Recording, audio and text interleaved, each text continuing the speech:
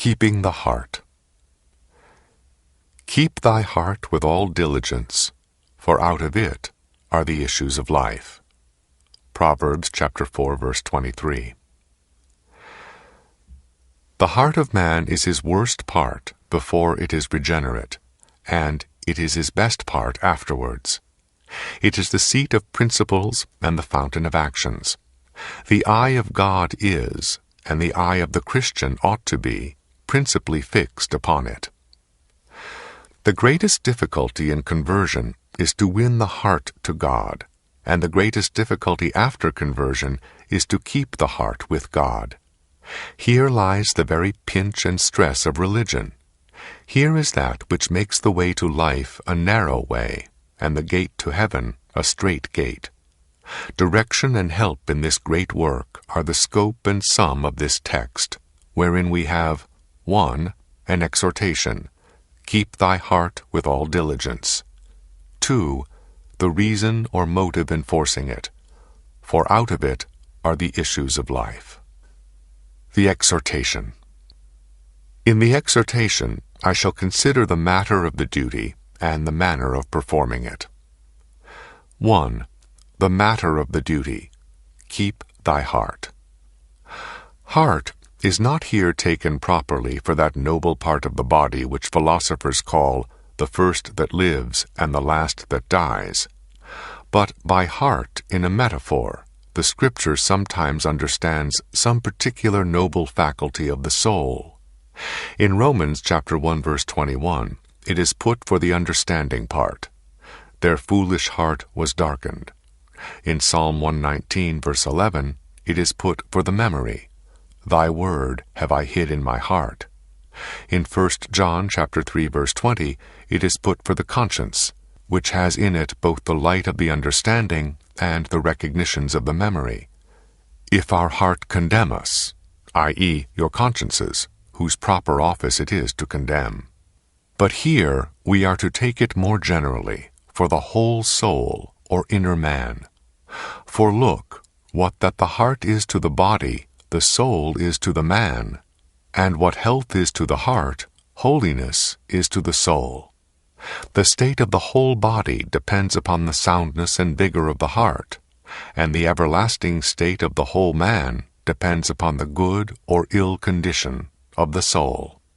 By keeping the heart, understand the diligent and constant use and improvement of all holy means and duties to preserve the soul from sin and maintain its sweet and free communion with God.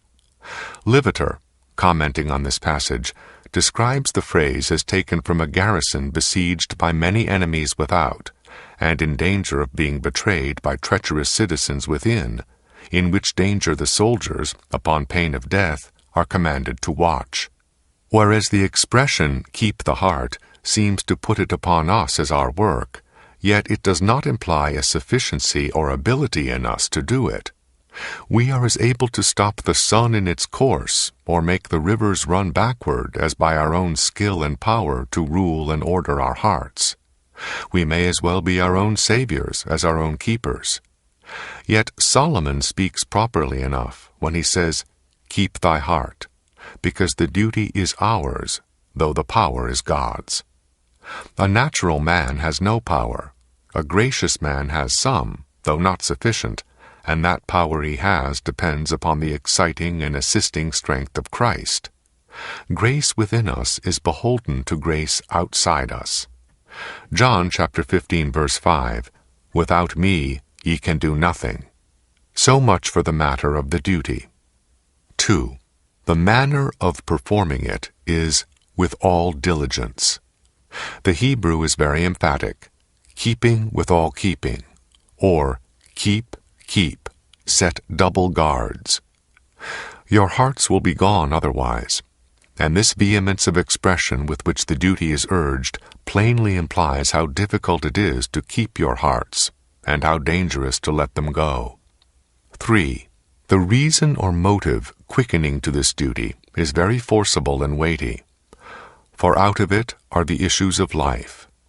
That is, it is the source and fountain of all vital actions and operations. This is the source of good men and of sinners, said Jerome, "it is the spring and original both of good and evil, as the spring in a watch sets all the wheels in motion.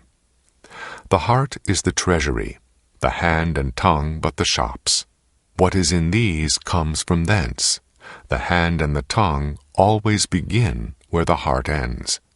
The heart contrives, and the members execute." Luke chapter 6, verse 45.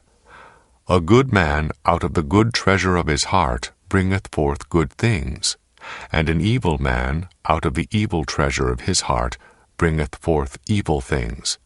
For out of the abundance of his heart his mouth speaketh." So then, if the heart errs in its work, these other parts must necessarily miscarry in theirs. For heart errors are like the errors of the first concoction which cannot be rectified afterwards, or like the misplacing and inverting of the stamps and letters in the press, which must cause so many errata in all the copies that are printed. Oh then, how important a duty is that which is contained in the following proposition.